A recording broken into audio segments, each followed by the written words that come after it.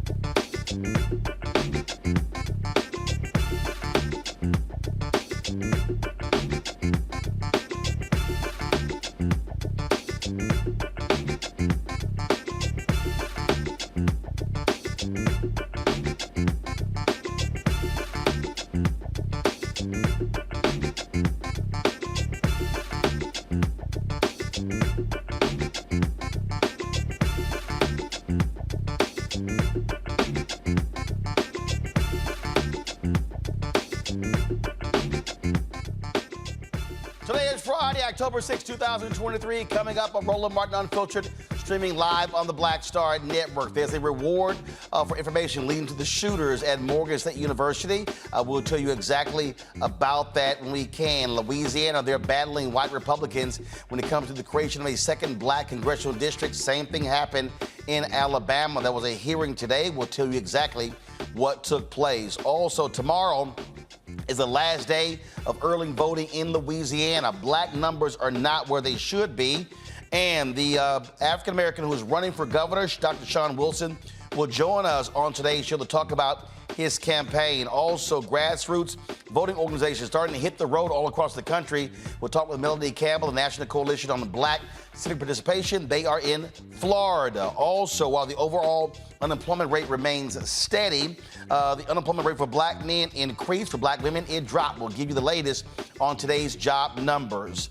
Folks, it's time to bring the funk. I'm Roland Martin Unfiltered on the Black Star Network. Let's go. He's got it. Whatever the miss, he's on it.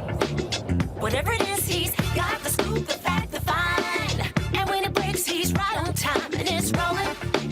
Best believe he's knowing.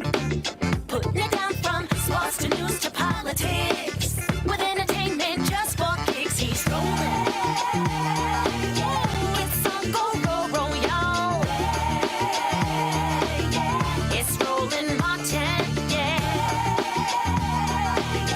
Rolling with Roland now. He's funky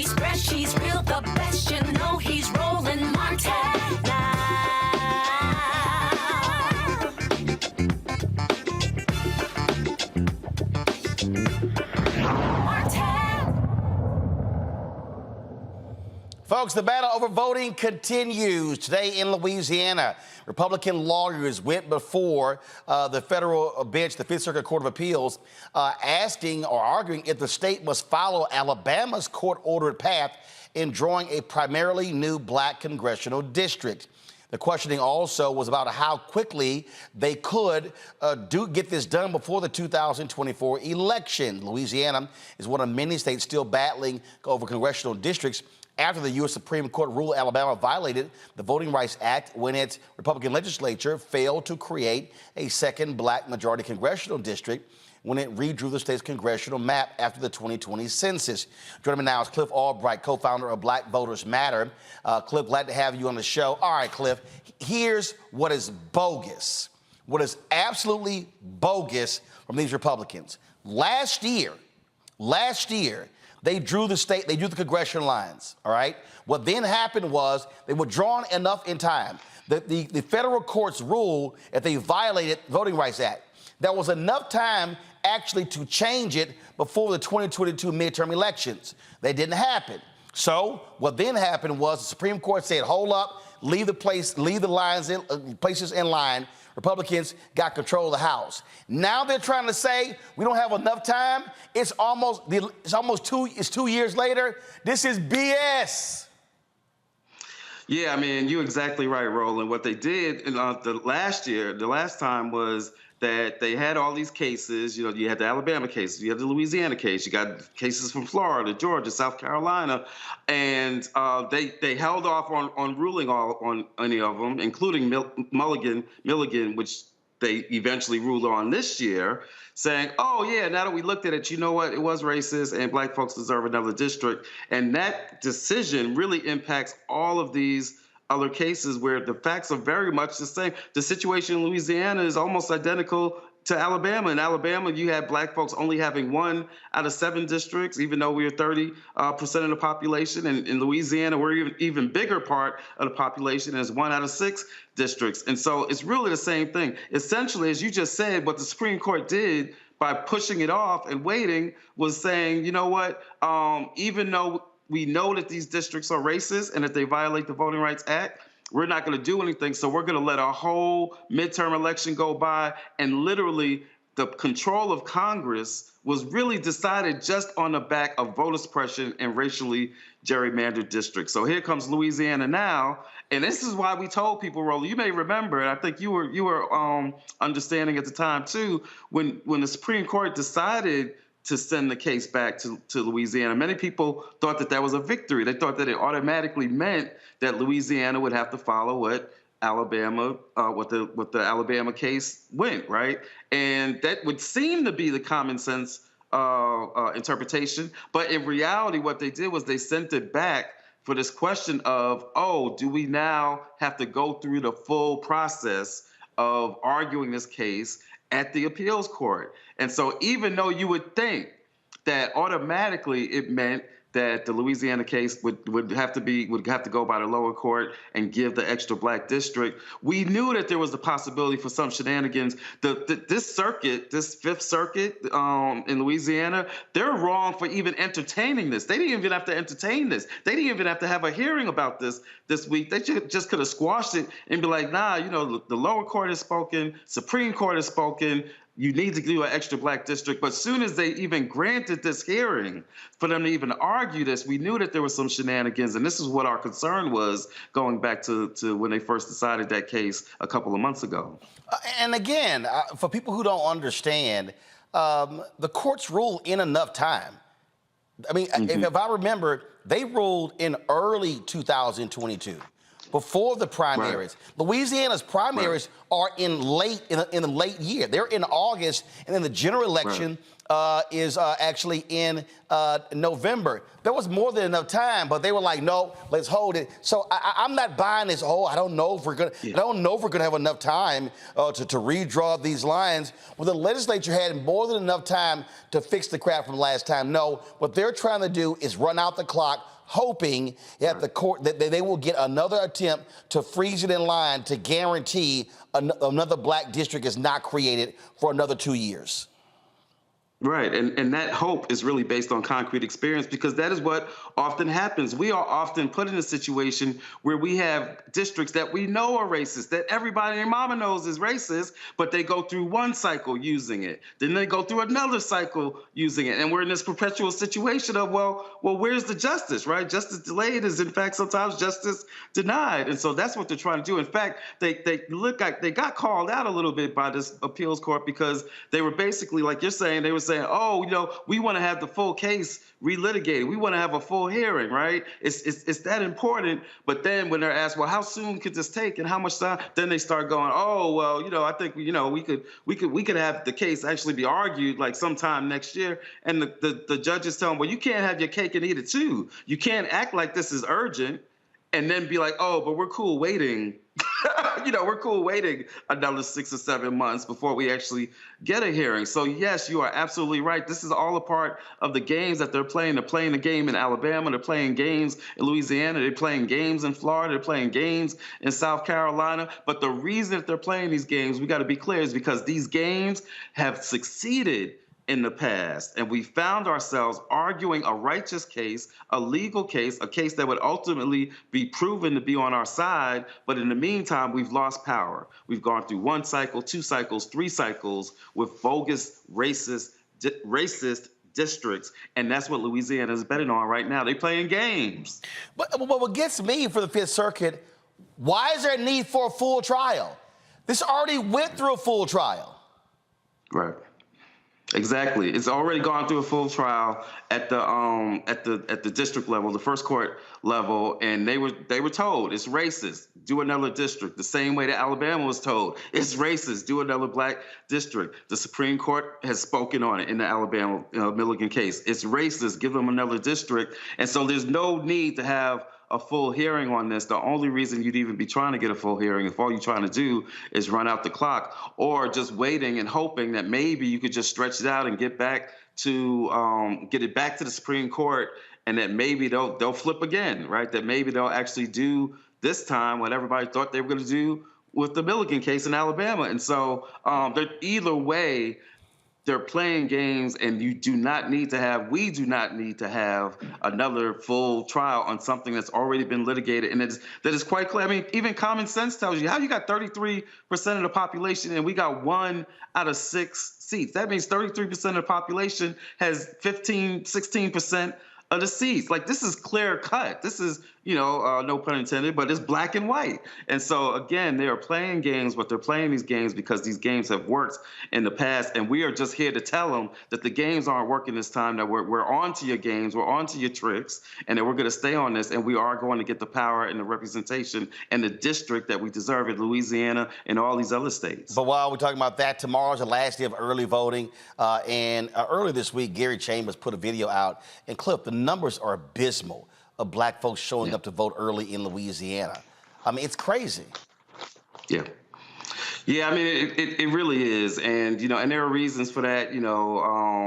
Some of it deals with the voter suppression that we see in the state. Some of it just deals with the lack of resources out there that's out there in order to mobilize our voters. We know that our dear friends at the Power Coalition, which is one of the plaintiffs in this legal case, right? Which, again, is part of the reason why they do this. They do these tricks because they know that anytime it takes our time to have to litigate this, to have to sue them, right, to have to explain stuff to our voters, that's less time we have to actually mobilize and get our folks to turn out. So there are lots of reasons for it, including the lack of resources that's in the state. I've been singing this tune all year long. Look, Roland, we got 3 gubernatorial races in the South this year.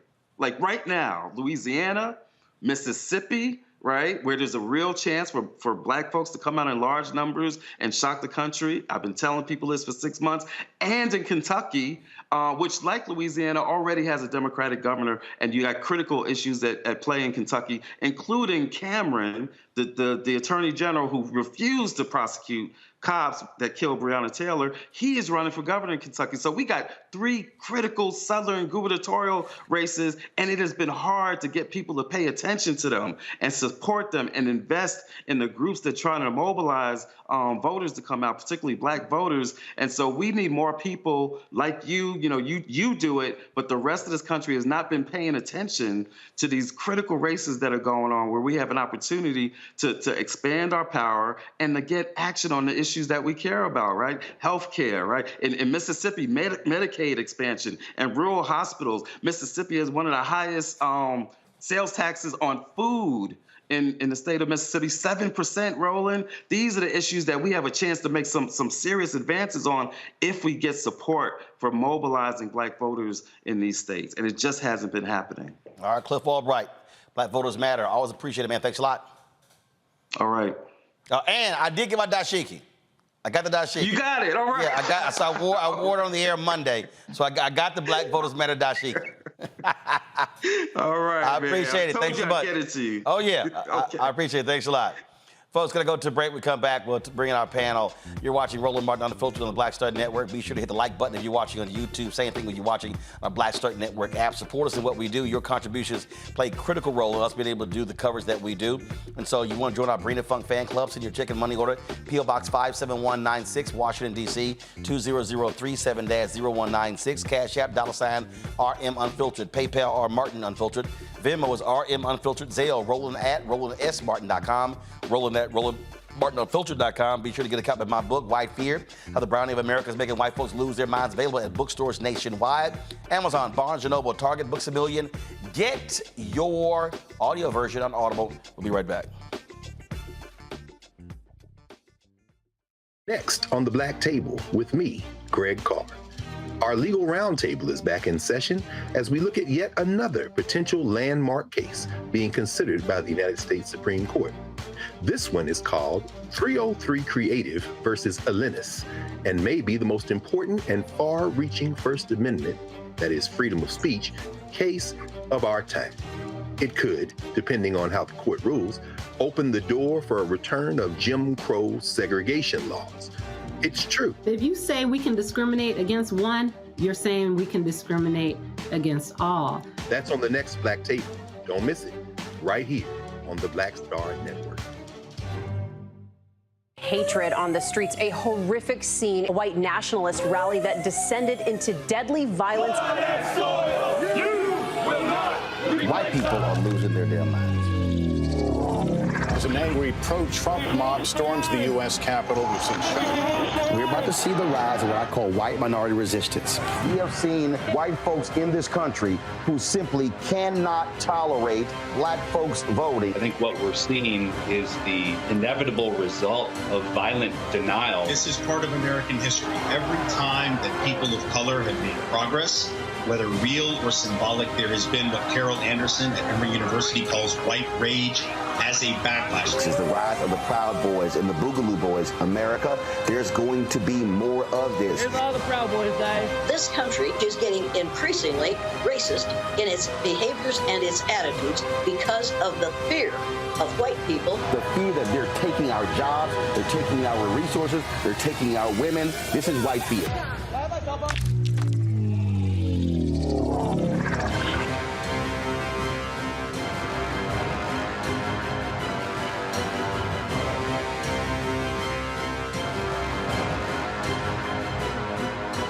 What's up? It's Sammy Roman. Hey, it's John Murray, the executive producer of the new Sherry Shepherd Talk Show. It's me, Sherry Shepherd, and you know what you're watching, Roland Martin Unfiltered.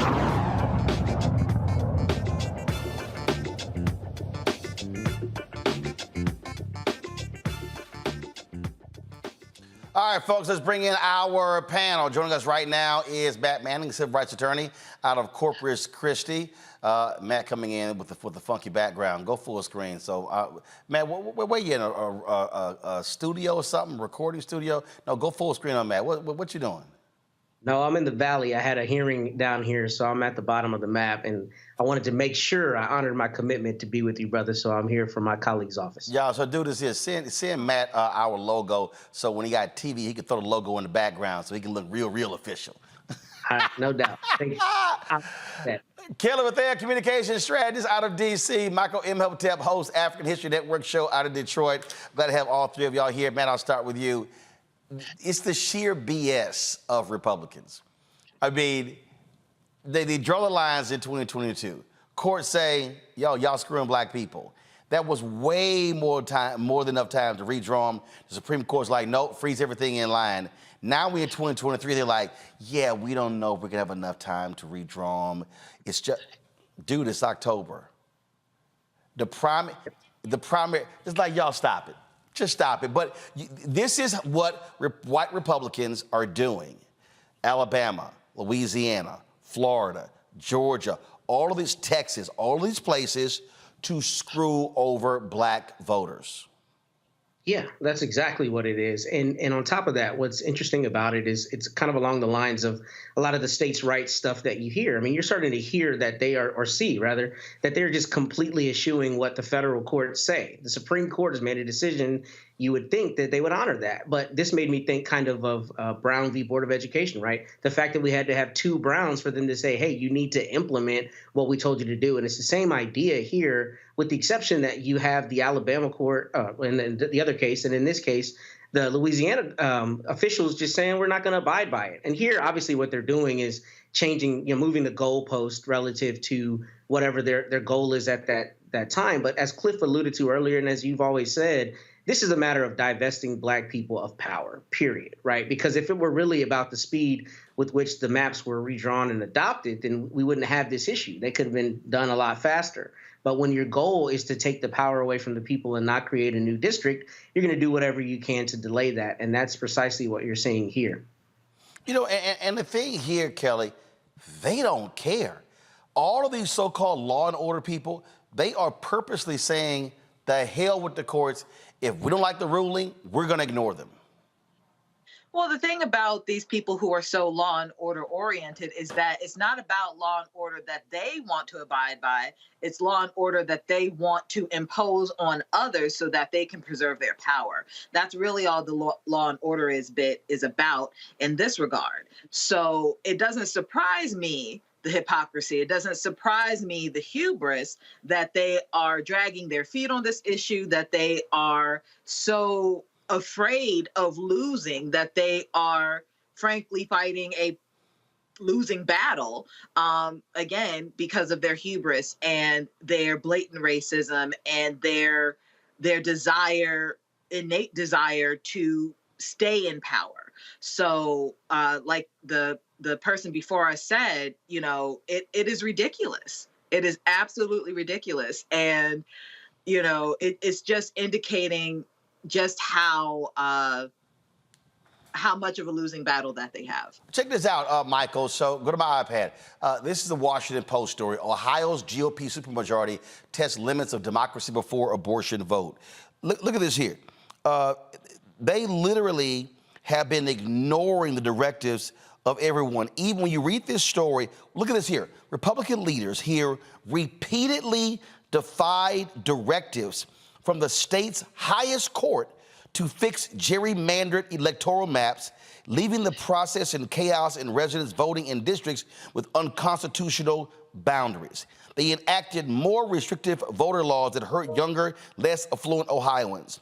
And now they're attempting to strip the state school board of its powers after Democrats gained control in last November's election. This is what they do. This is what they do. Yes. They literally are saying, and we see this in North Carolina, in Wisconsin, their dealers like, okay, voters, y'all decided? Nah, we're stripping powers. And then for them, how do you ignore your state Supreme Court? Yeah, no, we're not doing that. We're not redrawing lines. But that's what Alabama tried with the Supreme Court. Well, yeah, Roland, once again, this is white supremacy rearing this ugly head. And the states that you mentioned a few minutes ago, Alabama, Texas, Louisiana, I can't remember if you said Florida or not, but all of those states are former Confederate states. And when you go back and look at their constitution, their state constitutions, and I wish Cliff was here because I had a question for him. When we look at the Alabama state constitution of 1901, it was written primarily to codify white supremacy. That's not me saying that. That's the Encyclopedia of Alabama says that when they talk about the 1901 state constitution, which imposed poll taxes and literacy tests. When we look at this right here, this is a fight for raw, naked power. And Democracy Docket had an article that talked about the gerrymandering that took place with the maps for the 2022 midterm elections. And Republicans basically won because of those gerrymandered districts and Democrats, including especially with Alabama. Okay, here you have African Americans who are 27% of the population in Alabama, but they only have one majority black district. So this is a fight for raw, naked power. I think was extremely important in places like Louisiana, in places like Alabama, is to connect policies to who's in office, to how it's impacting African Americans, their conditions, lowest in education, high poverty rates, high incarceration rates. Directly connect that to who's in office, to the policies that they put in place, to how it's negatively impacting African Americans, to show them why we have to vote and vote continuously and vote these people out of office. And see, Matt, this is my deal, and I make it perfectly clear. I don't care what anybody has to say. This is why I will not support any Republican.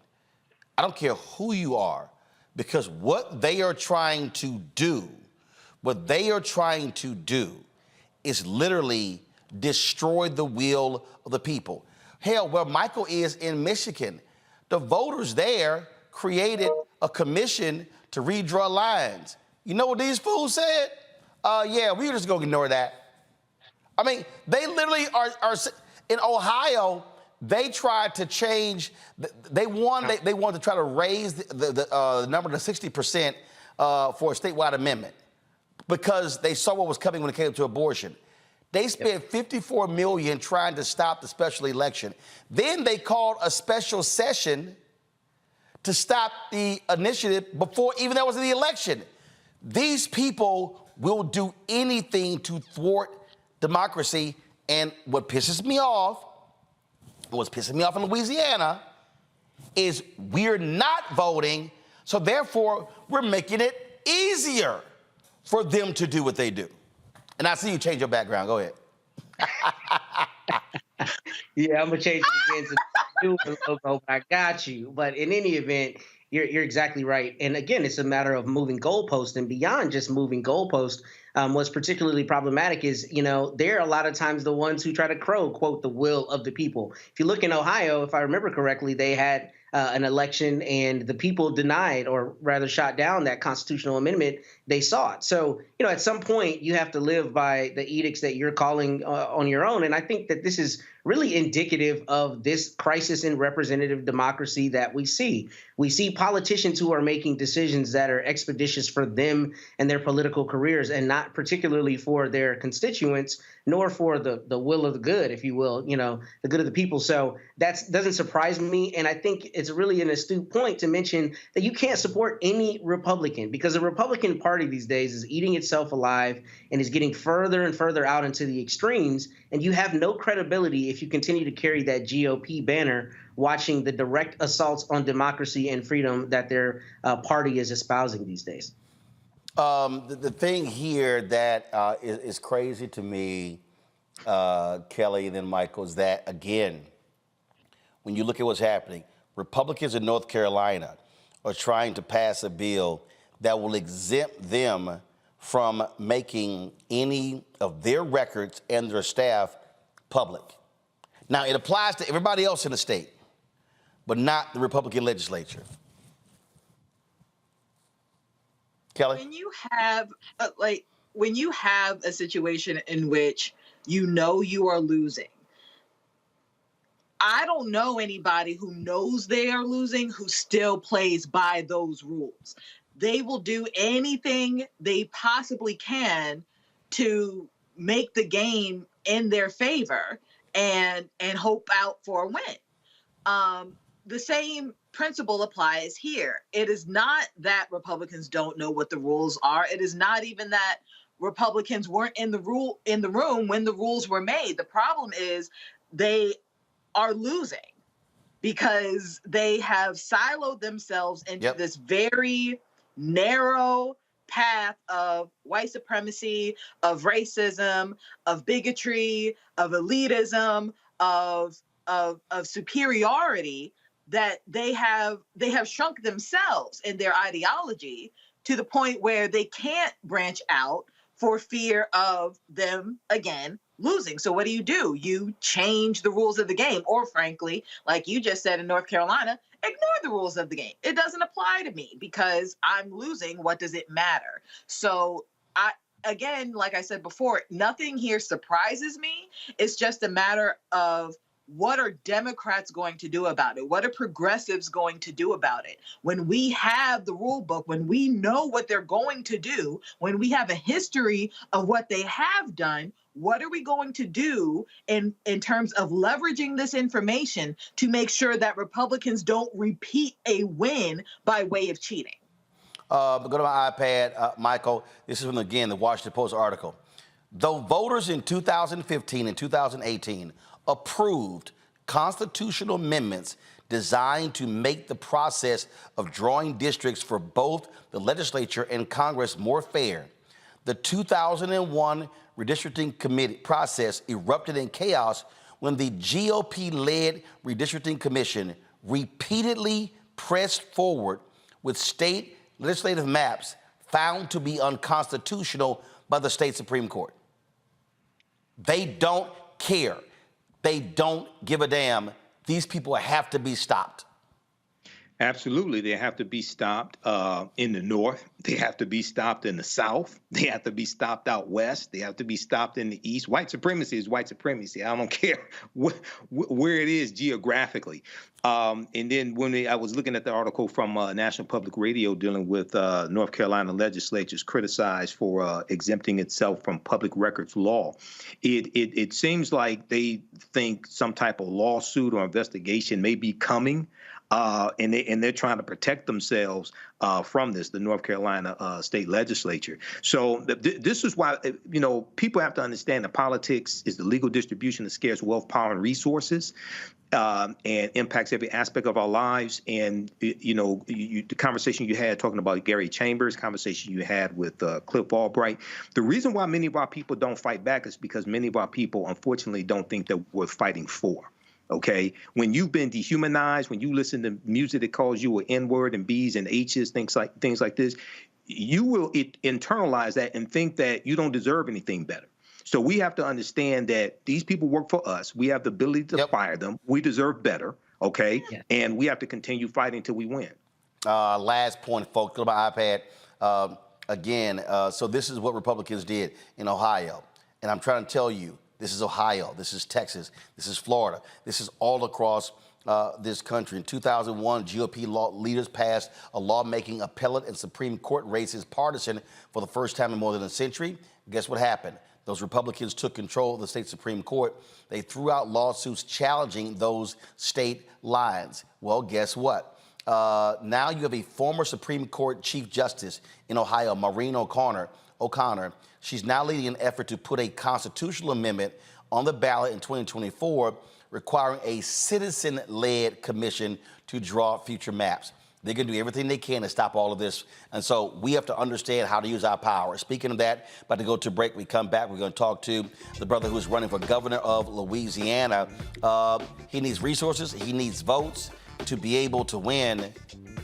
Louisiana's Democratic governor right now.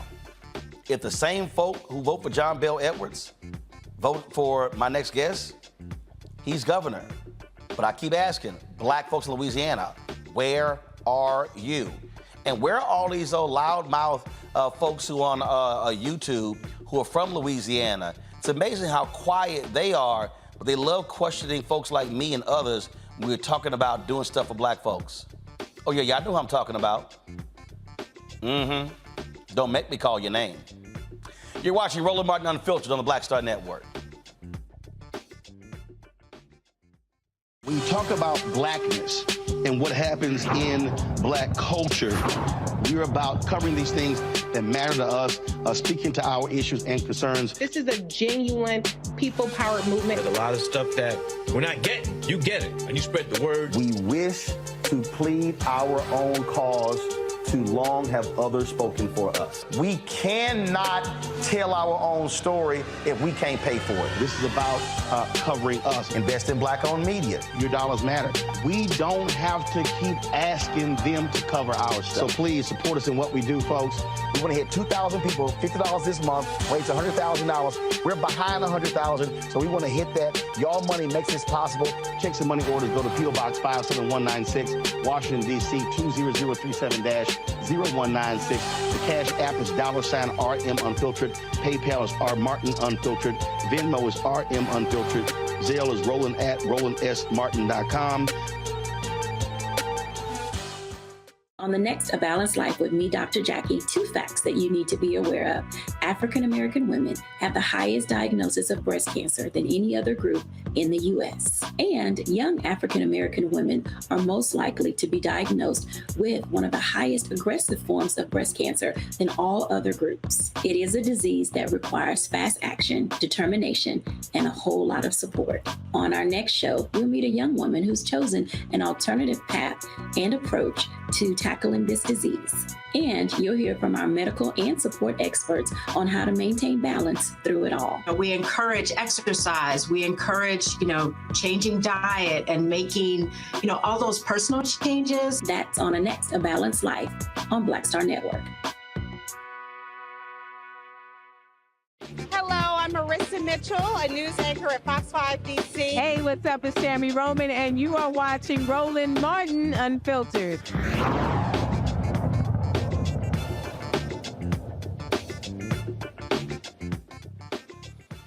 Folks, Louisiana has a election taking place in a little more than a week. And right now you have the governor's race that is on the ballot. Now, John Bel Edwards is the current governor. He's not running for re-election, term limited.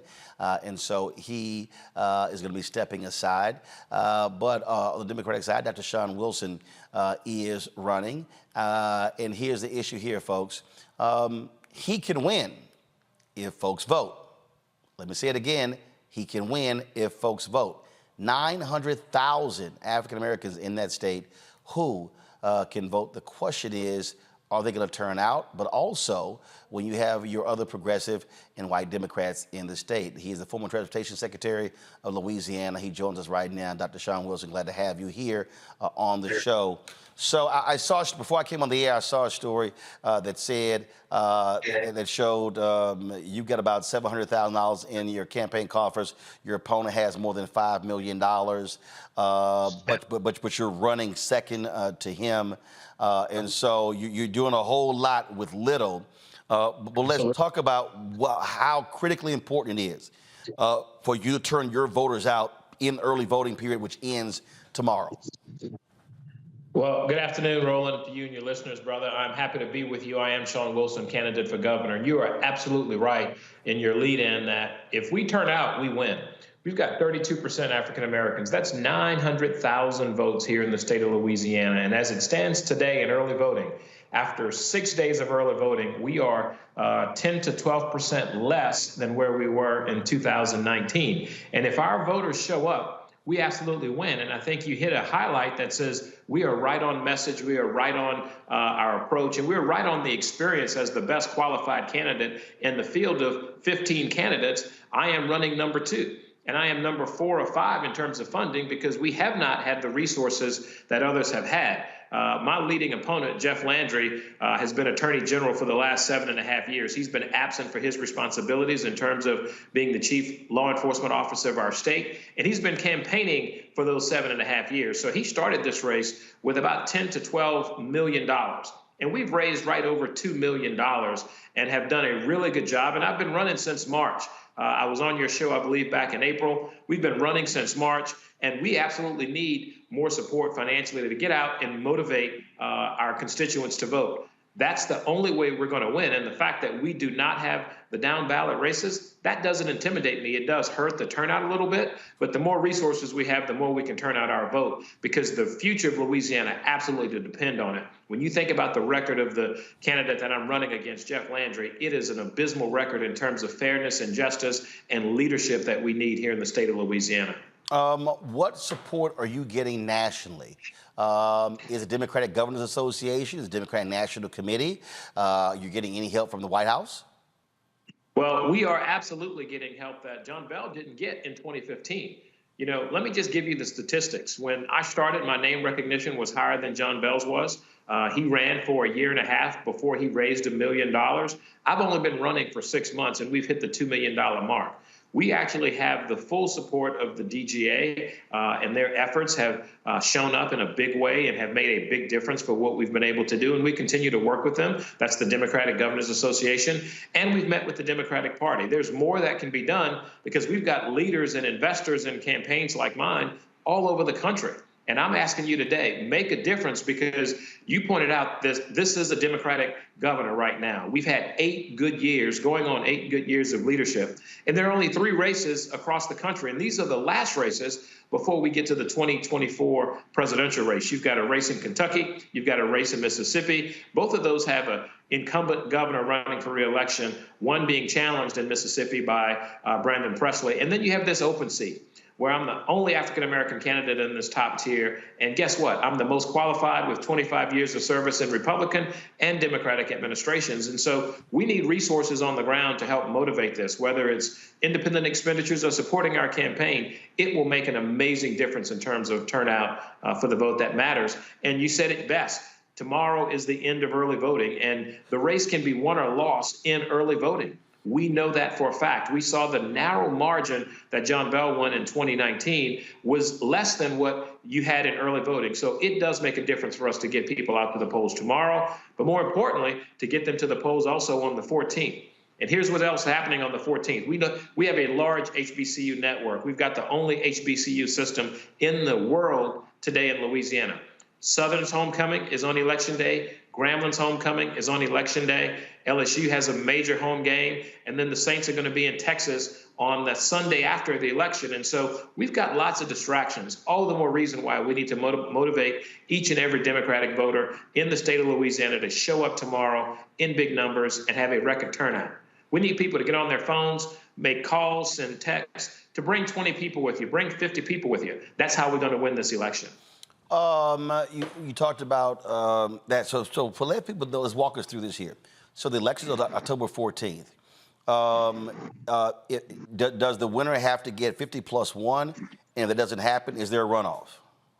Yes, we have what's called the jungle primary, where the top 2 vote getters actually advance to a runoff. And here in Louisiana, the numbers are in our favor. We've got 6 candidates in the race. Jeff Landry has avoided debates. He has ducked and dodged the conversation.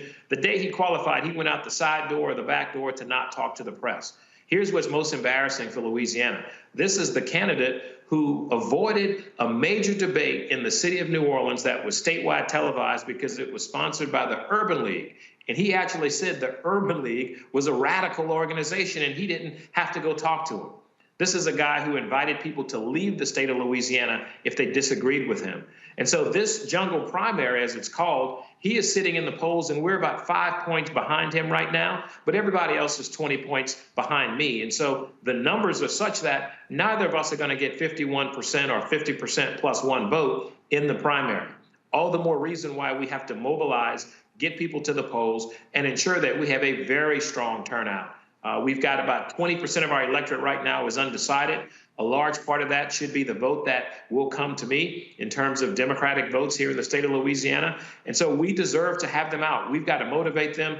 And you know, and I know, Brother Roland, that there's pressure that comes from the outside in terms of people mobilizing. Go back and look at how this nation galvanized around leaders that we've recently elected. Look at our brother in Maryland, how it was a national effort to pinpoint that motivation to get out to the polls. And that's what we need here in Louisiana. There's too much on the line. You just got through talking about a 2nd congressional district.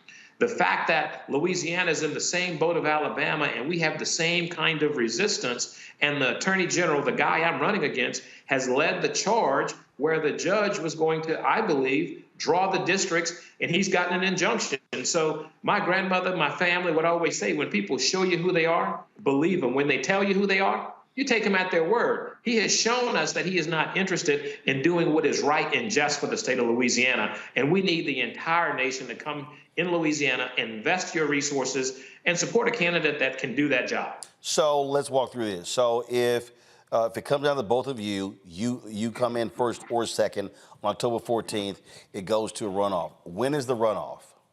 The runoff is November 18th. That gives very little time to mobilize, but it means we can't raise a dime for the runoff election until you're in the runoff. That's just one of the nuances of Louisiana politics. And so we've raised a pretty good amount of money. We're going to spend it well. We're going to have folks on the street knocking on doors. We're phone banking. We're emailing. We're texting. We're talking to citizens. I've got over 46,000 miles on my car since March 10th. So in this runoff, it's going to be a sprint for the next 5.5 weeks until November 18th. And we're going to win this election. I believe we're going to win it. We're going to be mobilized. This will be a history-making opportunity because this will be the first time that we've had more than 8 years of Democratic leadership. And let's go back and look at what's on the line. Day one, John Bel Edwards did Medicaid expansion, granting benefits to 500,000 people in this state that struggles with poverty. And guess what? Jeff Landry actually sued the state of Louisiana to stop it. He suggested that the opioid epidemic is a result of Medicaid expansion. That's the kind of leader that he professes to be. And so not only is that on the ballot, and think about education. We had a $2 billion surplus, and we have some really bad health outcomes and some really bad educational outcomes. We couldn't even find a way to give our teachers a recurring raise with a $2 billion surplus. Somebody's got to stand up for teachers. Somebody's got to stand up for the kids to make the kinds of investments, to grow a workforce, to build a better Louisiana. Jeff Landry is not the guy to do it. The guy to do it is me, Shawn Wilson. I've been doing it for 25 years, building bridges and not burning them. Question I have for you here is, again, you laid out in terms of this particular process. And so let's say you come in first or second. Now you got that 1 month. For folks who don't know, are you planning rallies in different places around the state? But for African Americans, what are the critical 3 or 4 cities that you need big Black turnout? Obviously New Orleans, obviously that. But outside of New Orleans, what are those 3 or 4 areas that you would want, let's say, outside organizations or volunteers or fraternities and sororities or other groups to be focusing on to turn out numbers? Great question. You know, the 3 most Democratic cities, the three of the top largest cities in Louisiana are New Orleans, Baton Rouge, and Shreveport. And they happen to be the same places, by the way, that the Attorney General, Jeff Landry, actually tried to pass a law to say juvenile offenders' information was transparent before they were found guilty. But here's the kicker: only if it was New Orleans, Baton Rouge, and Shreveport. As unconstitutional as that is, our chief legal advisor, the chief attorney for the state, tried to pass a constitutional amendment or tried to pass a law to make that reality here in the state. That is what we're dealing with. So that is the exact communities that we need to turn out, where we need to invest. This attorney general has targeted district attorneys in both of those areas of New Orleans and Shreveport. All of them had African-American mayors. He's targeted them. He has not worked well with those communities that are representative of the base of audience that we have here, or the largest concentration of the Divine Nine. Think about what that looks like for us to attack those cities and not work to elevate those cities, not to build those cities and invest in infrastructure and education and healthcare and deal with the fentanyl crisis in those cities. So those are the 3 most important areas in terms of getting votes. Those are the areas that carried John Bel Edwards to victory. But beyond that, we have rural communities here that are very large in terms of having a Democratic population, and we're going to be targeting those as well. We're going to be rallying, we're going to be traveling, we're going to be communicating and targeting that footprint to get those voters to the polls. So let's do this here. I don't know how much time we have with you. I got 3 panelists. They want to be able to ask a question. You got time? Yes, I do. Okay, so let me do this. Absolutely. Here. I'm going to go to a quick break, then we're going to come back. Panel, get your questions ready. We're talking to Dr. Shawn Wilson, folks. He is running for governor of Louisiana. Tomorrow is the last day of early voting. If you are watching and listening, I need you to call and email and text your family and friends, frat brothers, sorority sisters in Louisiana, and tell them we need y'all to vote. We also need you to do the exact same thing when it comes to supporting financially as well. Running for office ain't easy. We can't keep talking about we need more African Americans in office. We can't keep talking about we need to be able to assume power if we don't use our power at the ballot box. And so we're going to go to a break. We'll be right back right here on Roland Martin Unfiltered on the Black Star Network. All change is not growth. Right. But thoughtful change is real good fertilizer. And that's what has been so beneficial to us. But you also were not afraid of the pivot. Well, and I'm a black woman in business. Come on, I don't care how I dress up. I don't care who I'm speaking with. I don't care what part of the world I am in. I still am a black woman in business. Being afraid of the pivot, being fearful of change is not what got me here. Respectful of change, respectful of pivot, yeah. Fearful, no, no.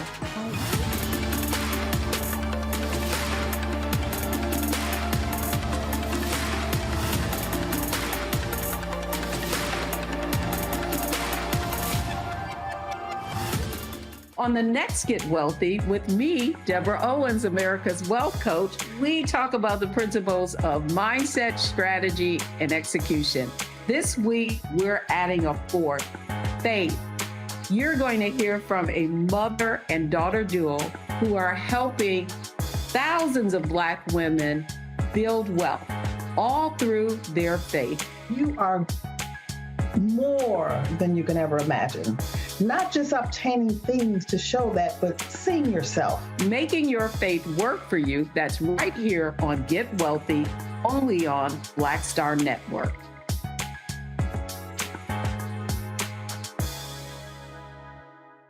Pull up a chair, take your seat. The Black Tape with me, Dr. Greg Carr, here on the Black Star Network. Every week, we'll take a deeper dive into the world we're living in. Join the conversation only on the Black Star Network. Hey, what's up? Geek Today in the place to be. Got Kicked Out Your Mama's University, creator and executive producer of Fat Tuesdays, an air hip-hop comedy. But right now, I'm rolling with Roland Martin, unfiltered, uncut, unplugged, and undamn believable. You hear me?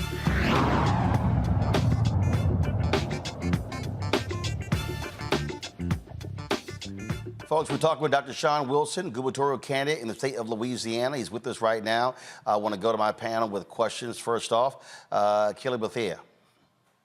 Sure. Thank you, Dr. Wilson. I was reading your blurb on NOLA.com, and you mentioned how, as well as in this segment, how there's almost 1 million voters that you can tap into.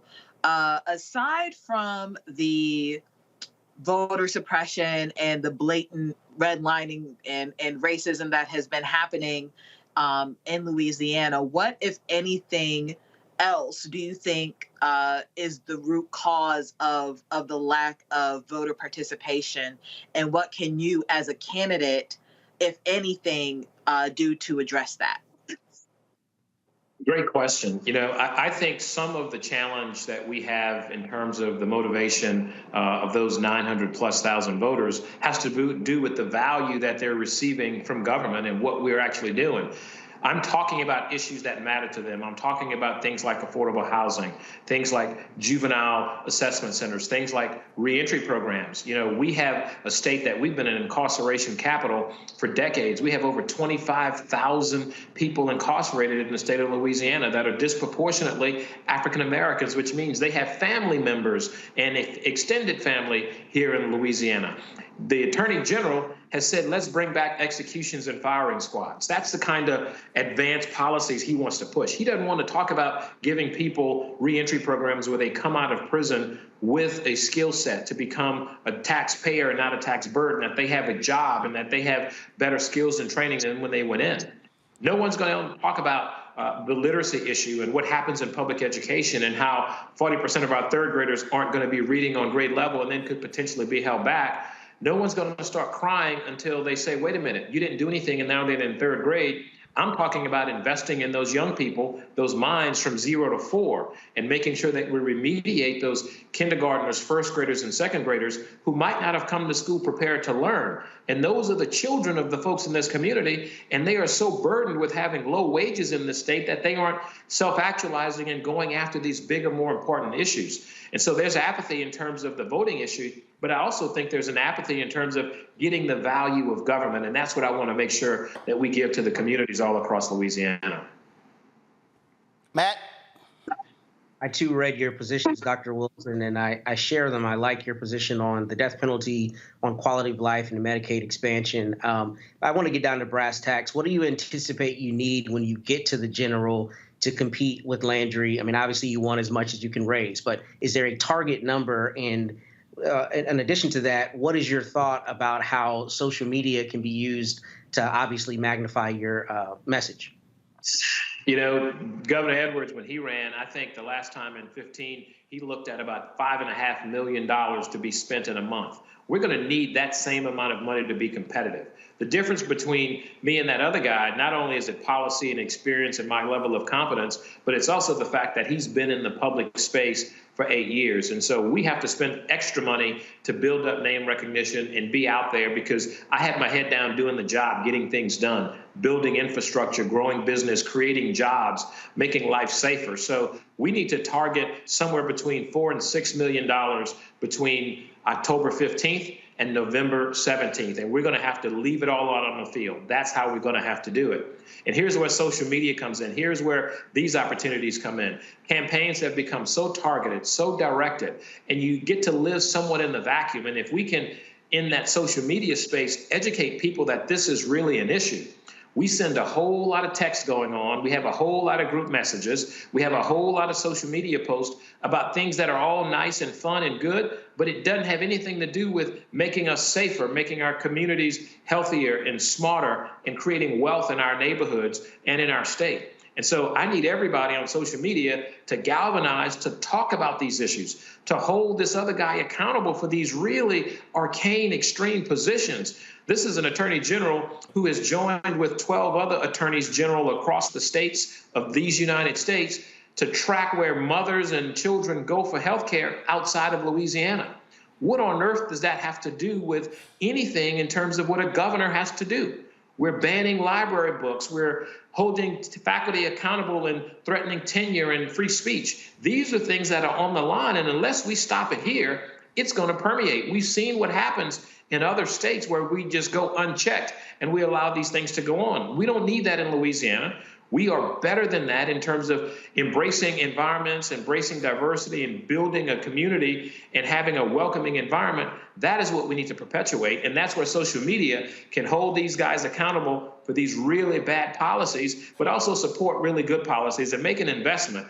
And by the way, your listeners can visit us at wilson4la.com. That's WILSONFORLA.com. You can sign up to volunteer, to donate. You can also learn about policies and issues, and we are found at that same handle on all social media platforms. So this is an opportunity to engage from wherever you are to make a difference in Louisiana.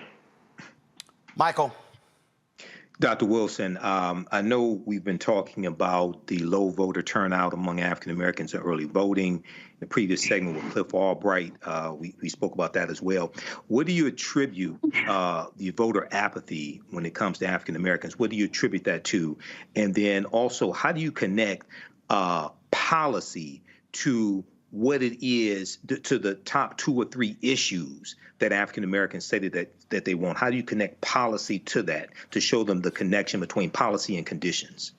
So the apathy, Brother Hotep, I believe, has been, Imhotep, has been the fact that folks might not see the value of what a governor can do. The fact that the governor vetoed legislation that eliminated that 2nd congressional district in Louisiana, that he eliminated over 317 bills that were really bad policy for people and that they did not become law. And so that apathy has to do with people not appreciating the defensive position that you have to be in sometimes, and not necessarily the offensive opportunity you have to get things done.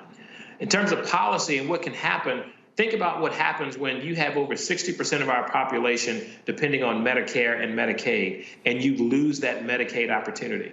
Think about what happens in a state where young people, particularly people from Black and brown communities, have disproportionate outcomes of illiteracy or disproportionate health outcomes, and we lose the opportunity to make the kinds of curriculum investments and public schools investments that will be necessary so that they can grow and develop their minds to be competent working adults in this country. Think about what happens when you build infrastructure and the choices that you make. Those are policies that I will present. I can go back to my tenure as Secretary of Transportation, where we increased the diverse business enterprise participation, not from 7% to 8%, but we went to 16%, creating wealth in communities that are representative of the communities where those projects were. That is progress. And those are the things I think that citizens sometimes disconnect with in terms of policies. Think about criminal justice reform. We just made some phenomenal reforms back in 2017. We have yet to fully implement them. And all of a sudden, the discussion is rolling them back, increasing the number of people that we're going to put in jail, particularly nonviolent offenders that might have 15, 20 years. We've just done away with unanimous jury. And so where will we stop the rollback? Those are the issues from a policy perspective that our constituents have to think about, because their vote actually impacts those things. Your vote will ensure that you have some normalcy and not have extreme policies that are going to do more damage than good in your neighborhood, in your community, in your home. These are issues that we absolutely have to address. All right. Thank you. Again, Dr. Shawn Wilson, tell folks where they can go to get more information on your campaign.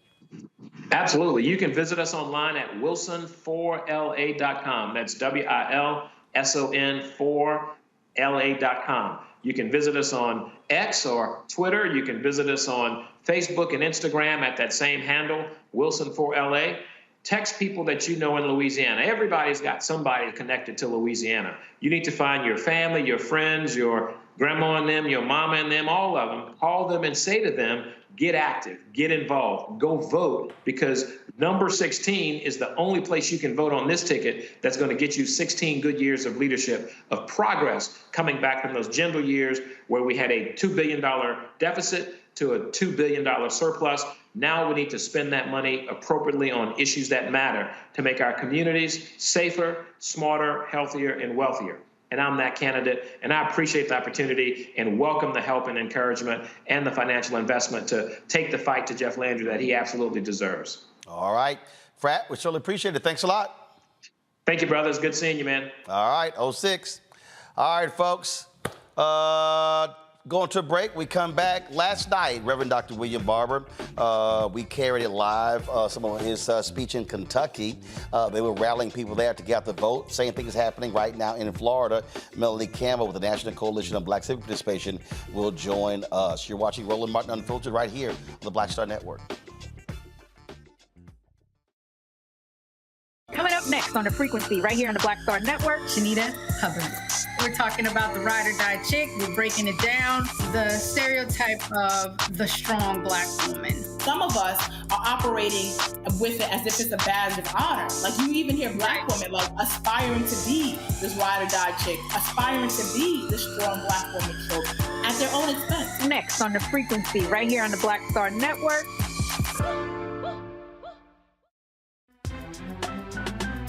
I'm Faraji Muhammad, live from LA.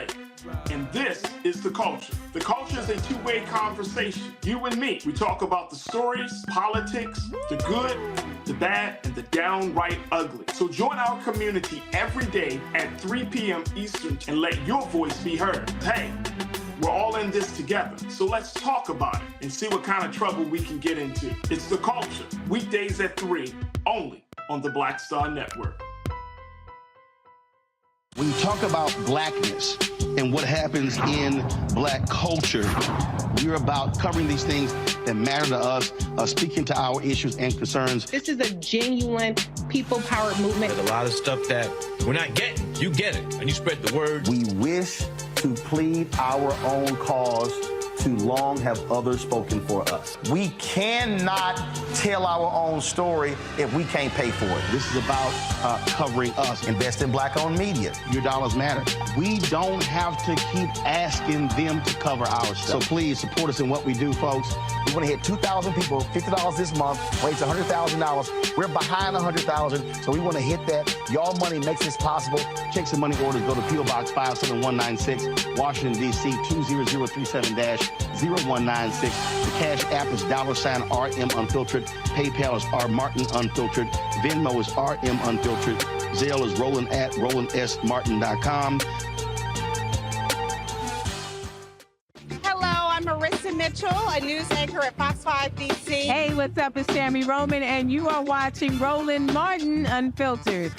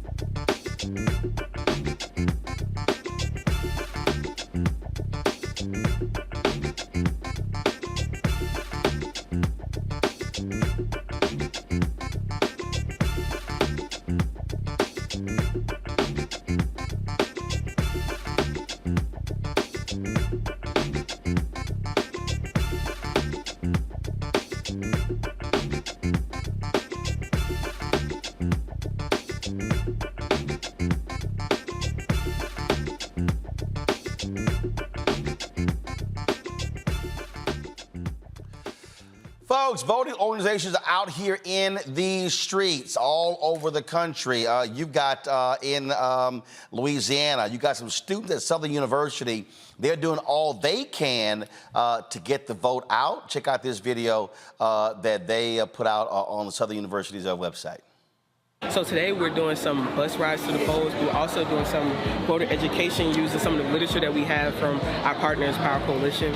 We want to make sure that students are aware that the election for the governor's race, as well as legislative seats, DESE, and other seats, is on an important day for us, our homecoming. We want to make sure that voter suppression is eliminated. So we want to make sure that we secure our vote by voting early.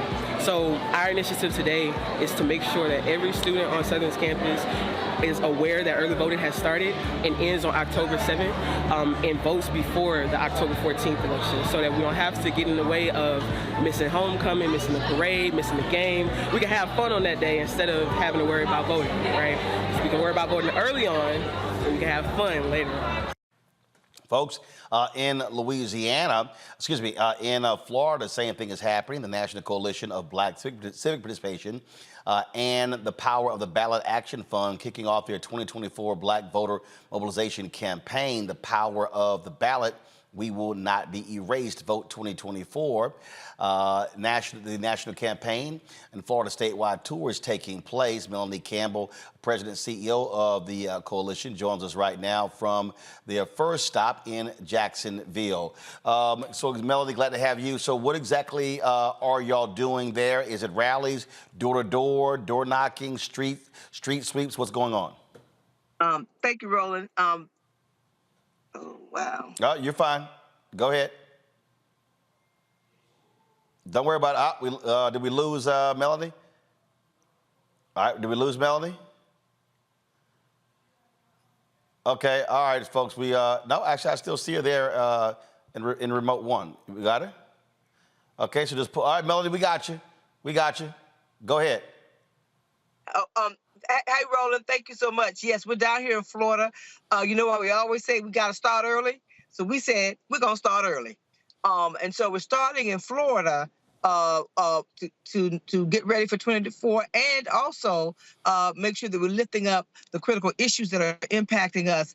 When you talk about the impact when it comes to rights and freedoms and attacks on everything, I call it a tsunami of attacks from voting rights to reproductive rights to diversity and inclusion, to Black history, to public schools, to workers' rights. And this is my home state where I grew up. And so one of the things we said we wanted to do was make sure we started early. And part of that is really, we started, Roland, we didn't start with a press conference. We started knocking on doors right there in Jacksonville, Florida, where we started knocking on doors this evening, talking to folks, leaving information, because there are some local races across the state. And the other thing that folks said, don't just come for a rally and leave. And so we built through our state affiliate with Solange Benton as our leader here with the Florida Coalition on Black Civic Participation. She's working with coalitions that all across the state and not reinventing a wheel. So and then we also have national partners that we're marrying the two. State leaders and national leaders working together to build a coalition focus on just what we say, power of the ballot, and how we have to protect those rights, in many cases regain those rights, and also sustain them. And so that's what we're doing. And so we're starting in Jacksonville this weekend. Next weekend, we're going to Daytona and Central Florida. And then the following weekend, we'll be down in South Florida. And then we're closing out in Tallahassee. And we're working with a lot of local grassroots organizations and leaders. And there's an HBCU component, Roland. So we're Edward Waters College, Bethune-Cookman, Edward Waters University now, tomorrow. Next week, we'll be at Bethune-Cookman Homecoming. The following weekend, we'll be at Florida Memorial and then FAMU. But we're also in community where we're doing work. And so we're doing listening sessions. We have a piece, Roland, with focus on Black men. So that the Black Men's Roundtable down here and other organizations, we want to hear from our folks what they want out of their vote. How do we leverage that vote? And how do we push back on so much white supremacy down here and racism down here? But it's not just Florida. Florida is just a microcosm of what it looks like when we say, what does a fascist state look like? Look at Florida. Look at Texas, right? Look at some of the things that are going on across this country. And we know that democracy, as flawed as it is really on the ballot this year. And so we're doing everything we can to start early. I'm a firm believer in connecting the dots, and I'm always reminding people, Andrew Gillum lost by 30,000 votes when he ran for governor. There were a lot of Black folks who did not vote. The people who were complaining about what Ron DeSantis had been doing, had folks turned out, he's never in the governor's mansion. Right. That's a fact. And by working with grassroots groups who do this, who are working year round, and working with a lot of young organizers and leaders, dream defenders, and others like that. And we're asking everybody that wants to work together. Sometimes it's hard building coalition, but we're doing the best we can to get everybody to say, hey, let's come together. Doesn't take anything away from what you're doing individually, but collectively, we can really, really be effective and support each other's work. Absolutely. All right. Melody, keep up the good work. Again, our goal is to start early and really getting folks to understand that there are huge stakes at play here, and we've got to ensure that our power is being exercised. Thank you. Thank you so much, Roland. And come down one of the weekends if you got time. Well, actually, I leave tonight for L.A., so I'll be in Los Angeles this weekend. So we'll see what we can do. Okay. Thanks a lot. All right. Thanks a bunch. Appreciate it. All right, folks, going to a break. We'll be right back on Roland Martin Unfiltered on the Black Star Network. On the next Get Wealthy with me, Deborah Owens, America's Wealth Coach, we talk about the principles of mindset, strategy, and execution. This week, we're adding a fourth, faith. You're going to hear from a mother and daughter duo who are helping thousands of Black women build wealth, all through their faith. You are more than you can ever imagine. Not just obtaining things to show that, but seeing yourself. Making your faith work for you. That's right here on Get Wealthy, only on Black Star Network.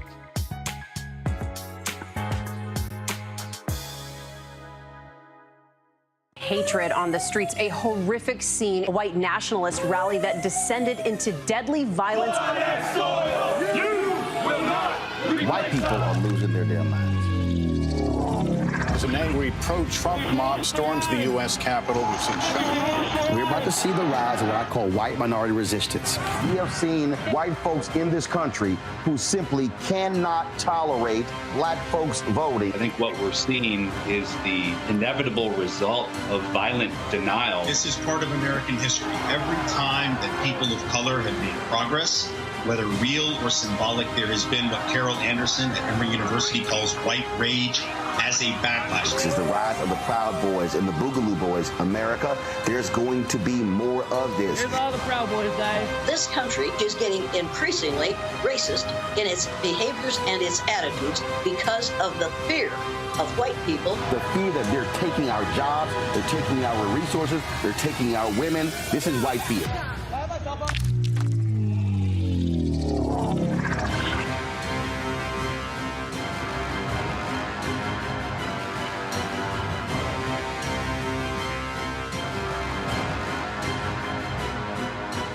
All change is not growth. Right. But thoughtful change is real good fertilizer. And that's what has been so beneficial to us. But you also were not afraid of the pivot. Well, and I'm a black woman in business. Come on, I don't care how I dress up. I don't care who I'm speaking with. I don't care what part of the world I am in.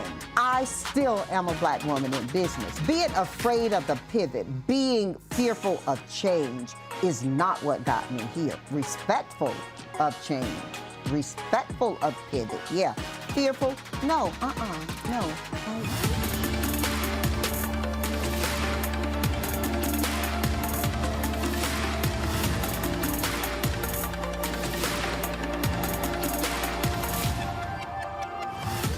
On the next A Balanced Life with me, Dr. Jackie, 2 facts that you need to be aware of. African American women have the highest diagnosis of breast cancer than any other group in the U.S. And young African American women are most likely to be diagnosed with one of the highest aggressive forms of breast cancer than all other groups. It is a disease that requires fast action, determination, and a whole lot of support.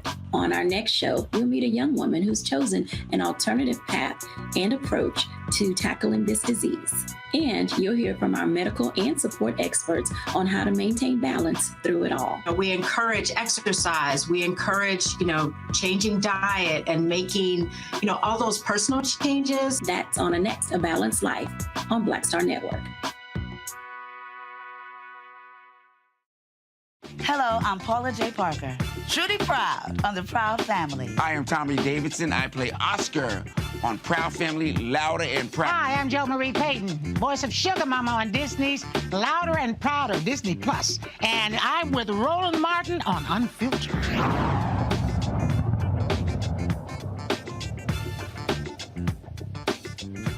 September's job report saw some gains while the overall unemployment rate remained steady. 336,000 jobs were added. Unemployment did not see a change from August, a slight increase. But the reality is this was still hailed as good news. Even the folks at Fox Business were like, oh my God, a blockbuster report. The overall unemployment rate for African Americans rose a bit, but the rate for black men increased as the rate for black women fell. Joining us right now to break down all of these numbers is Morgan Harper from the American Economic Liberties Project. Morgan, glad to have you here on Roland Martin Unfiltered. So it is quite interesting to seeing the folks who normally are trashing President Biden, Vice President Kamala Harris, just be disappointed every month because they're waiting for a bad jobs report, and they actually haven't been able to get that for quite some time. Yeah, I think that's right. And today, when we see that expectations of job creation more than doubled where a lot of economists are, and as I'm sure you know, economists are not optimistic people. So for that rate to be doubled, that is quite a feat, and hard for anyone to deny that, we must be seeing the economy the overall numbers to still be pretty strong for the economy. And unemployment being, low, staying steady, though, I'm glad that you're noting, of course, as we're accustomed to seeing, a bit of a disparity between Black unemployment and the overall number. but still staying steady and relatively low. And this type of level of low unemployment, under 4% for the overall number, we haven't seen, the New York Times reporting since the late 1960s. So very, very unusual time right now that we're living in some ways good, but I think overall folks don't have a clear sense of where we're headed and what exactly, is driving a lot of consumer sentiment that the economy isn't strong. Again, yeah, first of all, they just losing their minds. But what about all of these damn economists who were yelling and screaming, recession, recession, recession? I mean, I swear, and the reason I'm saying that is because when I look at a lot of this polling data, and I see people talking about, oh my God, how things are so awful, I absolutely believe, okay, and I'm not ignoring people who are facing issues. I'm not ignoring inflation, but I'm also acknowledging that inflation also was driven by corporate greed.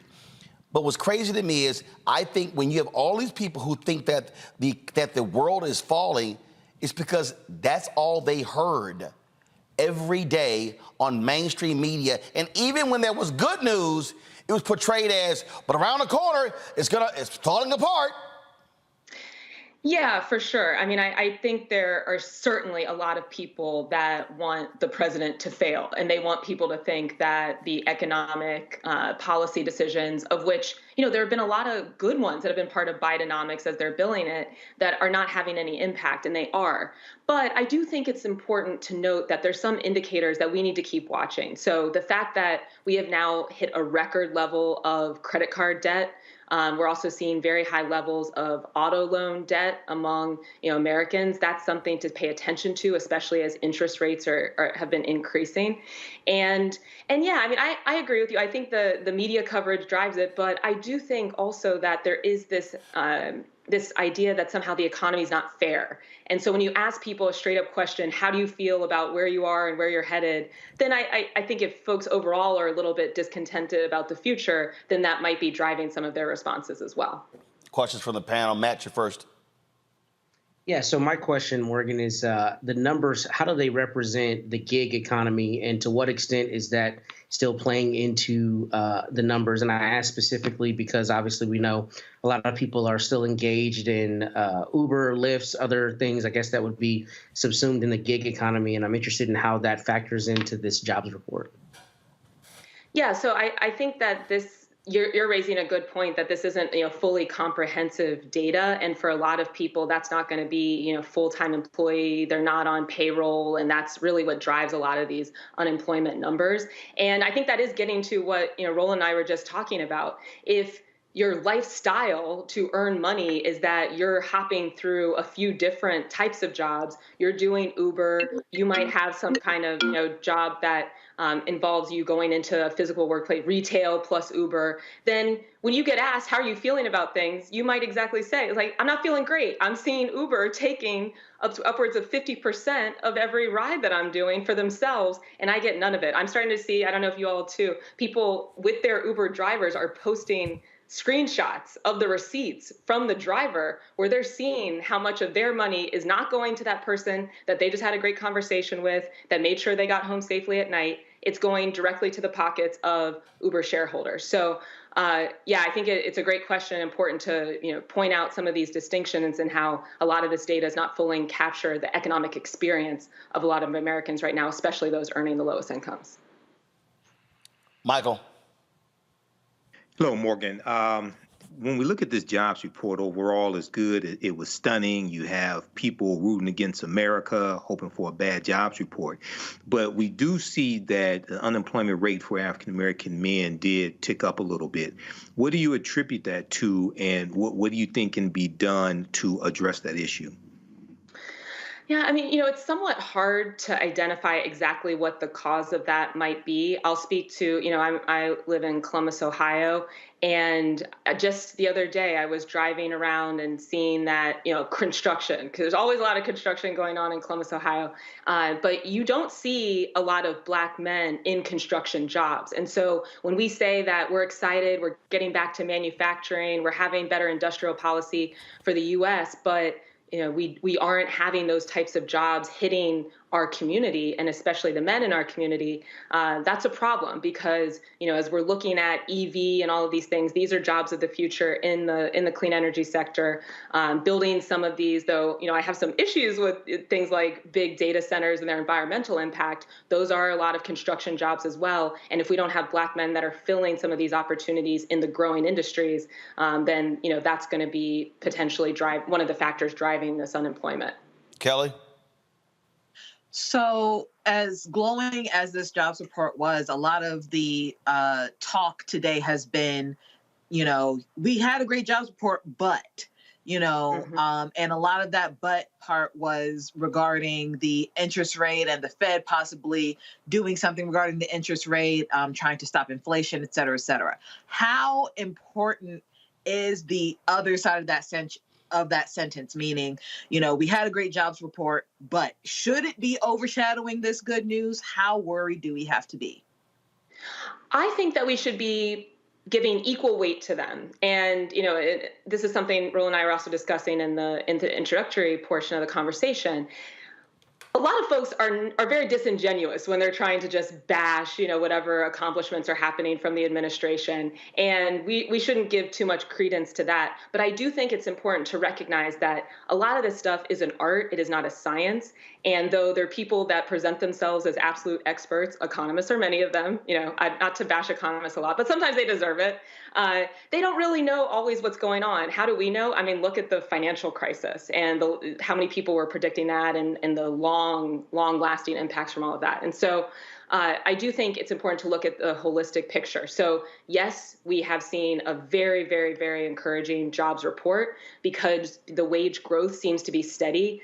A lot of people don't think the Fed is going to increase interest rates, but interest rates are already quite high. And so when we see something like a historic level of credit card debt that consumers are maybe also, dealing with the repayment of student loans that are kicking back in, and that's driving them to put more purchases on credit when buying a new car or leasing a car is going to be more expensive, this can potentially lead to something like a bubble bursting. Does it seem like we're there right now? No, but we need to monitor that. And the other thing I want to point out, and this is another one of the president's initiatives, is on junk fees. So, junk fees, this is like the ticket fees if you're trying to go to a concert lately or go to a hotel and they just slap on a resort fee, though you look around, it's like, I'm not at a resort. Like, where did this come from? Or if you're a business... I hate those damn resort fees. Yep. It's ridiculous. I'm like, this is not a resort. Yeah. If you just have a gym, it's not a resort. So let's just stop charging that resort fee. Yeah, absolutely. The president's trying to get rid of those. The Federal Trade Commission has been addressing junk fees.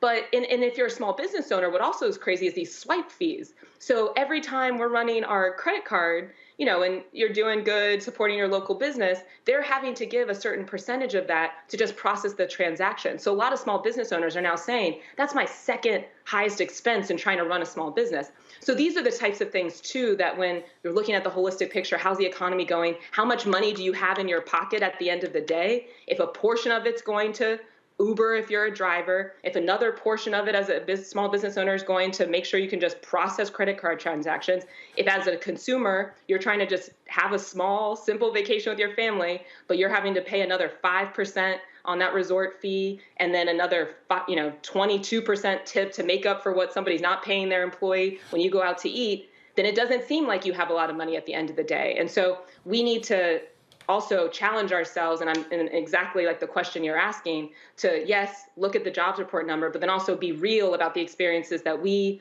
our friends, our family are having, and make sure that the government's incorporating that into how they're developing policy. Absolutely. Well, trust me, that resort fee really pisses me off. As a matter of fact, I was at, where was I just? Oh, so I was at a conference here in D.C. at a hotel, and now they're calling it something else. Now they're calling it, I don't know, it's like club experience fee. Right. And it's... So they got called out. So it's sort of like, and here's the one that I now love because what, like some of these people are doing, so they'll be like, okay, so we have this resort fee, but then you have a credit where you can spend X amount of dollars in our, bar or restaurant. But then what's always stupid is because, again, typically if I'm going somewhere, I got events and stuff, and so you're not getting back until 10, 10:30, 11, or 12. Well, hell, the restaurant's closed, the bar's closed, and I'm like, what in the hell can I do with this damn $25? And I'm sitting here like going, really, y'all? Really? Yeah. And so again, I mean, so people, I mean, and they've been sitting here really tripping with a lot of these fees. And again, it goes back to me, the bankers with the ATM fees, and they were sitting here going, oh, well, no, we have to do this because we really can't afford all these terminals. Stop lying. Right. Show us the data. Show us some data right. and see how much you actually need to run these terminals. Exactly. And, but that's the thing. When people are like, what's going on? Government's not doing anything. This is one topic where the government is absolutely doing something. Federal Trade Commission has proposed a rule to crack down on these junk fees. And it's also important for us to know, because Ticketmaster tried to do a little bit of this too. It's like, oh, well, we'll just disclose the fees up front. Transparency, all-in pricing, all good. Yeah, that's good, but that doesn't mean that the fees are coming down and we have more money. So we need to cut through the noise and make sure that we're actually just reducing the overall money that's coming out of our pocket with no value in return. All right. Morgan, we appreciate it. Thanks a lot. Thanks for having me. Folks, got to go to a break. Before we do so, they don't believe it's their hair. You can check out the curlprep.com product, folks. It works on all types of hair. You can use this code, ROLAND, lowercase letters, to get a 15% discount until October 21st. Look, you can use it in just 2 steps, a sweet butter and a sweet defining gel, both at curlprep.com. Also, parents, you can remove that ouch. Yeah, kind of important. Matt and Michael will be using this product. You can remove the ouch. You will love this system because you can get you can comb through the hair using this product. And so again, it's really important for us. Seasoned Saints, you also can love this product, and the line has products that are great for twists, braids, locks, weaves, even those wigs and extensions. It's all at curlprep.com. Again, use the code Roland, lowercase letters, to get a 15% discount until October 21st. You won't believe it is your hair. Folks, back in a moment.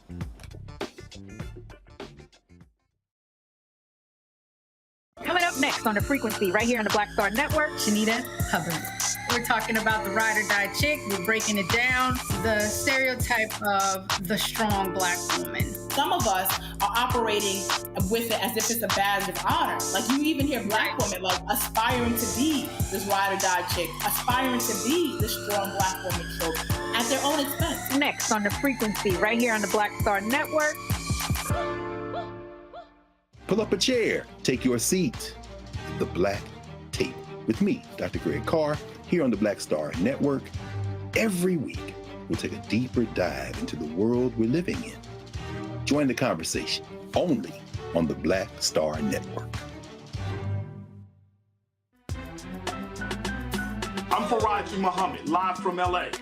And this is The Culture. The Culture is a two-way conversation. You and me. We talk about the stories, politics, the good, the bad, and the downright ugly. So join our community every day at 3 p.m. Eastern and let your voice be heard. Hey, we're all in this together. So let's talk about it and see what kind of trouble we can get into. It's The Culture, weekdays at 3, only on the Black Star Network.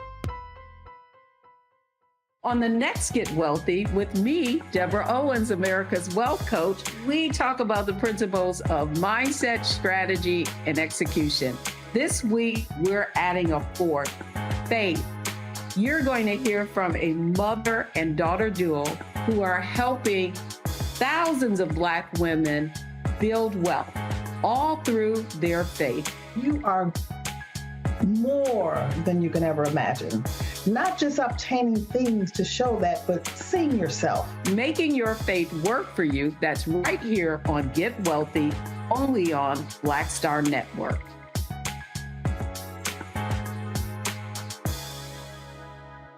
Me, Sherry Shepard, with Sammy Roman. I'm Dr. Robin B., pharmacist and fitness coach, and you're watching Roland Martin Unfiltered.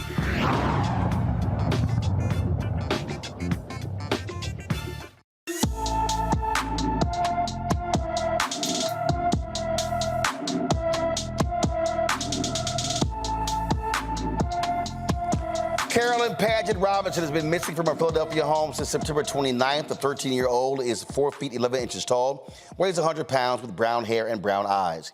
Carolyn has medical conditions and is without her medication. Anyone with information about Carolyn Paget Robinson is urged to call the Philadelphia, Pennsylvania Police Department, 215-683-4776, 215-683-4776. Baltimore police and Morgan State University leaders have announced a $9,000 reward for information leading to an arrest of those responsible for Tuesday night's mass shooting on campus that left 5 people injured. At today's news conference, city and university officials provided an update of the investigation by confirming the number of shooters. Due to ballistic evidence and assistance from our federal partners, I'm also now able to confirm that there were 2 shooters in the incident. We will continue to work with Morgan police and school officials to keep the community safe, updated, and any further developments as they occur. Detectives continue to review a huge amount of footage, video footage, and speak to potential witnesses every single day. The BPD and Morgan State University police are also working together to increase patrols throughout the campus and around the campus. As of this morning, 4 of the 5 victims have been released from the hospital. 1 victim remains hospitalized in stable condition. So I want to assure that the community knows that we held their safety the utmost importance. We've made significant enhancements to our security since this incident. Those would be we detailed an armed, uniformed Morgan State University police officer to Thurgood Marshall dorm where this incident happened. Additionally, we currently have 5 residential housing dorms, and we have currently at least 1 security officer in that residential space. We've since added a second security officer to the exterior of all of our on-campus housing facilities. On yesterday, during my cabinet meeting, we received a telephone call from Vice President of the United States, Kamala Harris, to express her support for this university and for us as we make our way through this period. I have also received similar calls from Governor Wes Moore, Senator Ben Cardin, Senator Van Hollen, Congressman Steny Hoyer, and a personal call from also the U.S. Secretary of Education, Miguel Cardona, just to name a few. This morning, I personally spoke with all 4 of the Morgan students who were injured in this incident. All 4 of them, I can report, are in good physical condition. And yes, all 4 of them experienced tremendous trauma. They were excited to hear from their university president, and I pledged to them that this university would immediately provide one-on-one counseling to each of them. And as I stand here, that is underway. We have counselors now that are outreaching to those students. As I said, they're doing well physically and about as well as one can expect them to be after experiencing this trauma. This is truly a national treasure that on Tuesday was impacted by a national crisis.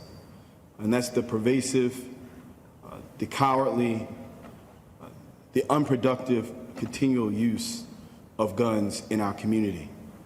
It's not indicative of this university and the thousands of students, the hardworking faculty, the police department, but it's more a symbolic reminder of what we face every single day in this country of these cowardly acts. I'm here to beg the students at Morgan, I'm here to beg the citizens of Baltimore to please step forward. Our federal, state, local, and campus partners have literally been working around the clock to ensure that the folks who committed this heinous act are brought to justice, to ensure that we can return the Morgan State family and community back to some sense of normalcy, and to ensure to say that the thousands upon thousands of folks that pour into creating this national treasure and keeping her going, that their work is not in vain. That we will not let the cowardly, reckless, dark action of a few overtake the bright light of Black excellence that Morgan State University has been, is, and will continue to be for Baltimore and the world. We won't allow that to happen. Now, folks, take a look at this video. If you recognize anyone, please call the Baltimore Police Department at 410-396-2444, 410-396-2444, 410-396-2444. These are the people who are persons of interest by Baltimore Police and Morgan State Police as well. The Georgia State troopers who fatally shot a 26-year-old environmental activist are not going to face charges. Manuel Paez Terran, who went by the name of Tortuguita, killed in January as law enforcement tried to clear protesters from the foresight of the proposed Atlanta Public Safety Training Center, dubbed Cop City by critics. The Georgia Bureau of Investigation ruled the troopers' use of deadly force was objectively reasonable under the circumstances of this case. Now, what's interesting about this, when you talk about objectively reasonable, that is quite interesting that they use that language, Matt, because of the number of shots that were actually fired. And this is one of those areas where, again, where the law in this country has literally given so much leeway to police when it comes to their particular actions. He, of course, he was alleged to have shot 4 times at officers. And there was 6 Georgia State troopers who were involved in here. And they say that so the story here is that they gave notice of intent to use a less lethal way to force the activists out of the tent using a pepper ball launcher, but that wasn't the case. And eventually, he was hit with 57 shots. Yeah.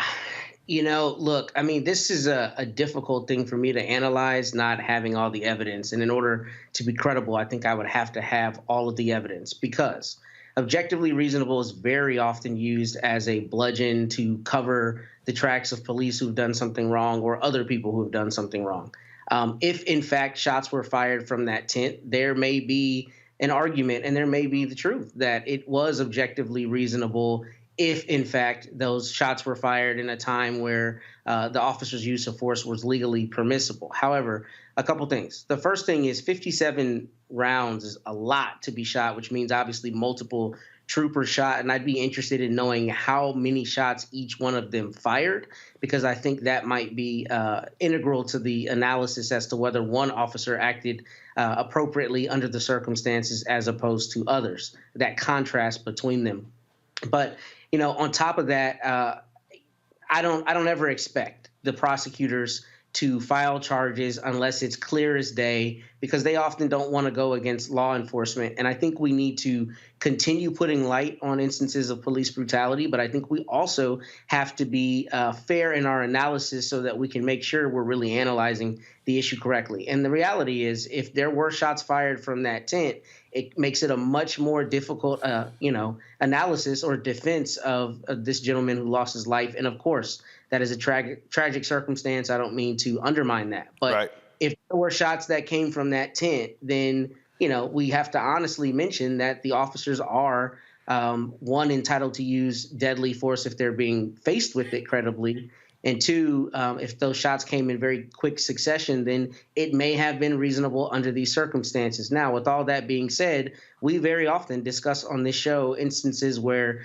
the police narrative is one thing, and then we learn after the fact it's something completely different that happened. And I think that, in fact, that's what the family's autopsy that they privately got here said, is that he had wounds that indicated, there were defensive wounds. His hands were up, rather. His hands were up. He may not have had a weapon in his hands, and he was sitting cross-legged as he was sitting down.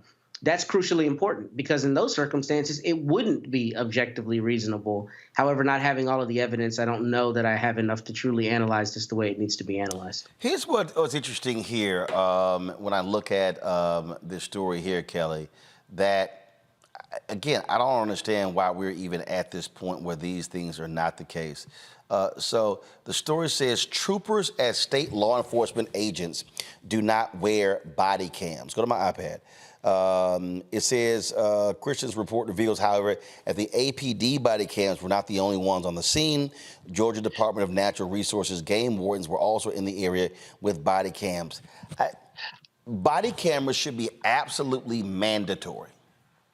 Mandatory for all law enforcement. If you're packing a gun, you should have a body cam on. Not only that, but regarding exactly where this took place, being Cop City down in Georgia, considering how highly contested and protested that site is, it leaves a bad taste in my mouth more than usual that these cops did not have on body cams, because that just seems a little sus to me. That seems like you were trying to evade any type of liability or accountability in this situation because of exactly what the culture is in this particular site, being that, you know, the Georgia government is trying to build a training facility for cops there, and you have protesters there who are against it. And the fact that somebody was killed on that site protesting this, and you have the very same cops who are frankly in need of this site shooting at this person without something that could possibly, what's the word? Get them out of trouble, so to speak. It just all seems very sus to me. But you're absolutely right. Body cams should absolutely be mandatory. Unfortunately, that kind of policy is on a jurisdiction by jurisdiction basis. Congress, get on your job and make that a federal mandate across the country, and we can get something done. But as for this situation, everything about this is really suspect to me. Michael. Yeah, Roland, this is an evolving situation. It's very disturbing. 57 shots shot into a tent, even if, he did shoot 4 shots from the tent. It's at some point you have to, as a police officer, when you're shooting at someone, especially shooting into a structure or a tent or something like that, you have to cease fire and assess the situation. So we're trying to get more details here. And then the fact that there's no body camera footage or it appears no dash cam footage either, according to the article from USA Today. Then we basically only get, it appears, one side of the story, but the autopsy tends to conflict what the police are saying happened. So we need more information on that. Looks like there's going to be a civil lawsuit as well. But this is why, we need officers who exhibit better judgment, generally speaking. Folks, a New Mexico police officer has been charged with voluntary manslaughter in the fatal shooting of a black man during a confrontation at a gas station. Las Cruces police officer Brad Lunsford was booked and released Tuesday morning. Lunsford allegedly shot Presley Azay on August 2nd, 2022 at a gas station after an employee called 911 accusing Azay of leaving with beer he did not pay for. According to reports, Lunsford was the first officer to arrive. There was a scuffle when another officer arrived. Somehow, Azay ended up on the ground on top of the second officer, allegedly placing his hand on that officer's taser. Lunsford drew his handgun and shot Azay once on the back left side of his head at point-blank range. The Attorney General's office consulted with use of force experts who reviewed body camera footage and determined that the officer's use of deadly force was not reasonable under the circumstances. Folks, this story is unbelievably crazy. A Las Vegas, Nevada woman says all she got was a sorry after a CVS pharmacy gave her the wrong drugs that killed her unborn twins. Tamika Thomas, a mother of 4, who wanted to expand her family, had trouble getting pregnant. She had 2 ectopic pregnancies, leading to Thomas to removing her fallopian tubes. So she and her husband decided to try in vitro fertilization. After her procedure, she was given prescriptions to trick her body into producing enough hormones to kickstart her pregnancy. Instead of getting the prescribed drug, the pharmacy mistakenly gave her an abortion drug. How in the hell did that happen? A pharmacy technician put in the wrong generic name of the drug Thomas was prescribed. One pharmacist did not catch the error, and another failed to counsel Thomas when she came to pick up her medication. She filed a complaint with the Nevada State Board of Pharmacy, which met last month. The 2 pharmacists were fired and had their licenses suspended provisionally. If both pharmacists avoid disciplinary action over the next 12 months, pay fines, and take continuing education credits, their licenses will be reinstated. The Pharmacy Board fined CVS the maximum amount allowed by the statute, $10,000. CVS put this statement out. We've apologized to our patient for the prescription incident that occurred in 2019 and have cooperated with the Nevada Board of Pharmacy in this matter. The health and well-being of our patients is our #1 priority, and we have comprehensive policies and procedures in place to support prescription safety. Prescription errors are very rare, but if one does occur, we take steps to learn from it in order to continuously improve quality and patient safety. She lost twins, Kelly.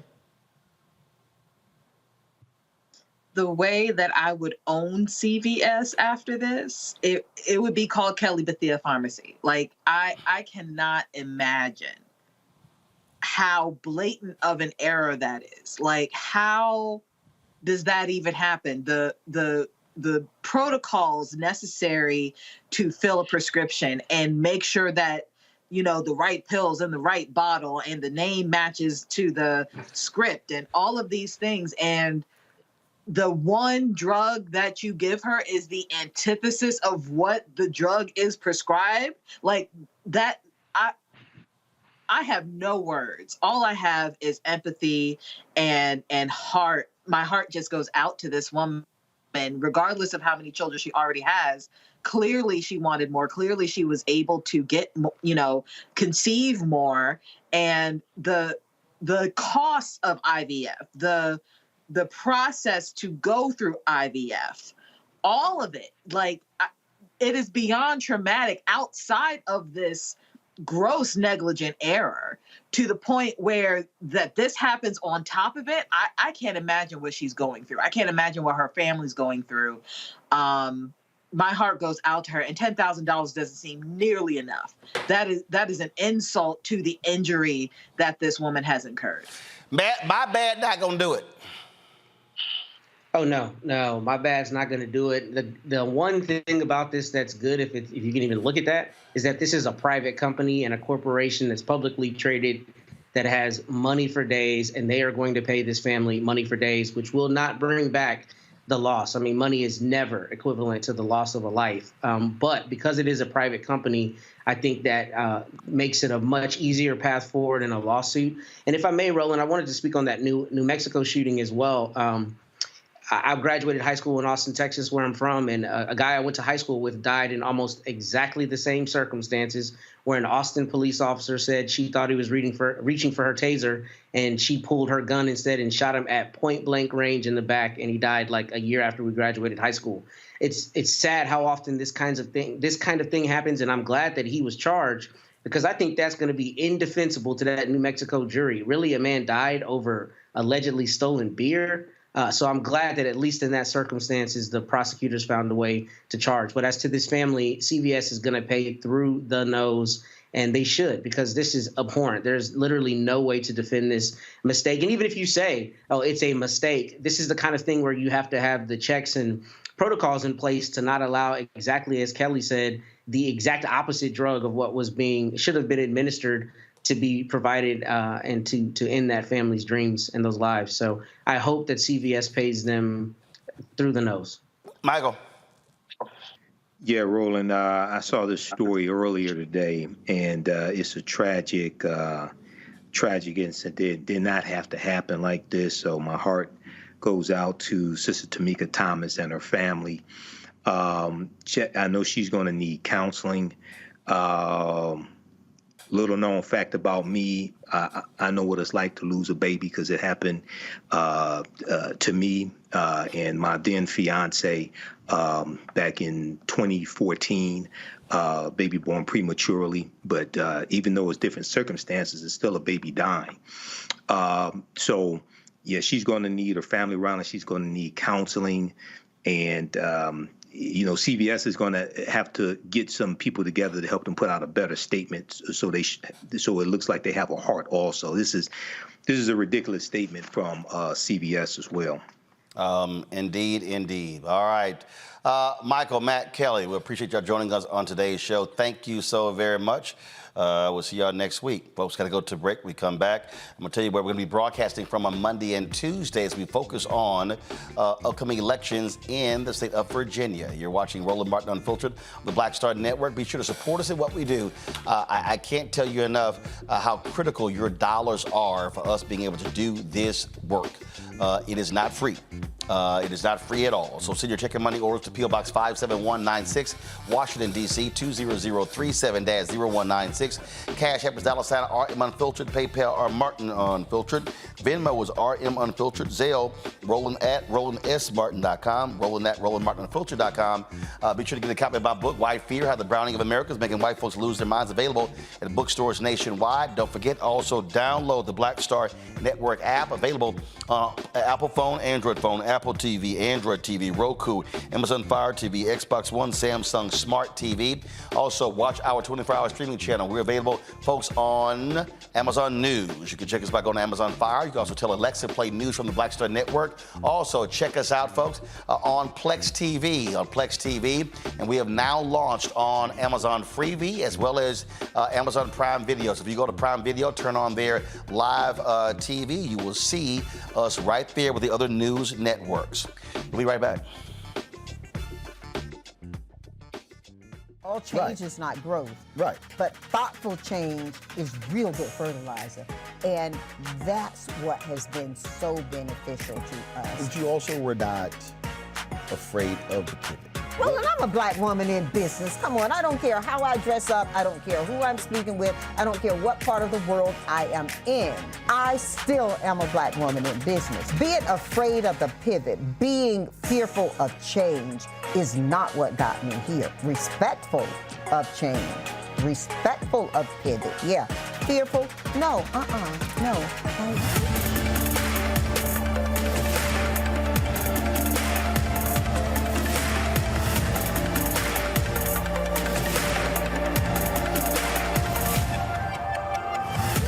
Hatred on the streets, a horrific scene, a white nationalist rally that descended into deadly violence.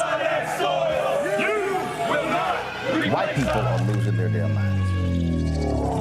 As an angry pro-Trump mob storms the U.S. Capitol, we've seen shooting. We're about to see the rise of what I call white minority resistance. We have seen white folks in this country who simply cannot tolerate black folks voting. I think what we're seeing is the inevitable result of violent denial. This is part of American history. Every time that people of color have made progress, whether real or symbolic, there has been what Carol Anderson at Emory University calls white rage as a backlash. This is the rise of the Proud Boys and the Boogaloo Boys. America, there's going to be more of this. Here's all the Proud Boys, guys. This country is getting increasingly racist in its behaviors and its attitudes because of the fear of white people. The fear that they're taking our jobs, they're taking our resources, they're taking our women. This is white fear.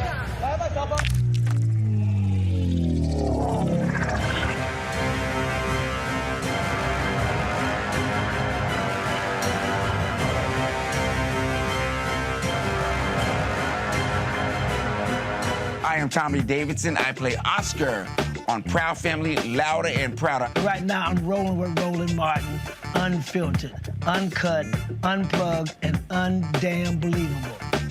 You hear me?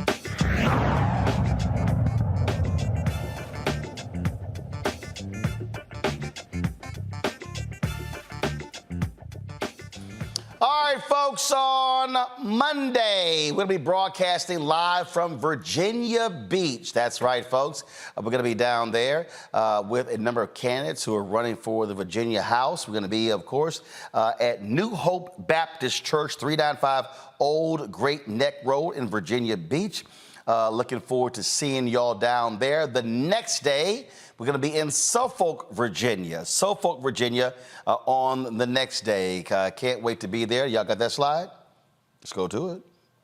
All right, got it. All right, so Suffolk is the next day, folks. So looking forward to being at Suffolk. We're going to be there at the Baum Church, East Campus, 523 East Washington Street, Suffolk, Virginia. And so, again, we'll be live 6 to 8 p.m. Eastern, so can't wait to see y'all down there. So please check us out. Louisiana, folks, do not forget, tomorrow, last day of early voting in Louisiana. We need to make sure every African American, there are 900,000 registered black folks in Louisiana. We need to be voting our numbers. And so please be sure to cast your ballot. All right, folks, I've got to, so again, pull it up right there. It ends first of all, early voting was from 8:30 a.m. CST to 6 p.m. CST, Central Standard Time. So please, we want to make sure that you are doing your part to vote. We can't be out here talking about how things matter, and then we don't use our power. And so Election Day, again, is October 14th. Voting that day is 7 a.m. To 8 p.m. Again, 7 a.m. To 8 p.m. And so please, we want you to participate. All right, folks, tomorrow I'm going to be in Los Angeles tomorrow. BlackHealthMatters.com. Go to my iPad, please. It's hosting their Fall 2023 Health Summit and Expo. It's going to be co-hosted by James Pickens Jr., Wendy Raquel Robinson, and they've been the co-host. And you see some of the people who are going to be speaking there. Courtney B. Vance, Dr. Robin Smith, among the speakers who are going to be there. So I'm looking forward to be there. And so again, we're going to be there. I'm going to be there around 9 a.m. LA time. And so looking forward to being there. I'm moderating a couple of sessions. And so these are the community partners. And so again, I'll see you tomorrow in Los Angeles. All right, folks, that's it for me. I'll see you Monday from Virginia Beach, Virginia, right here on Roland Martin Unfiltered on the Black Star Network. Holla!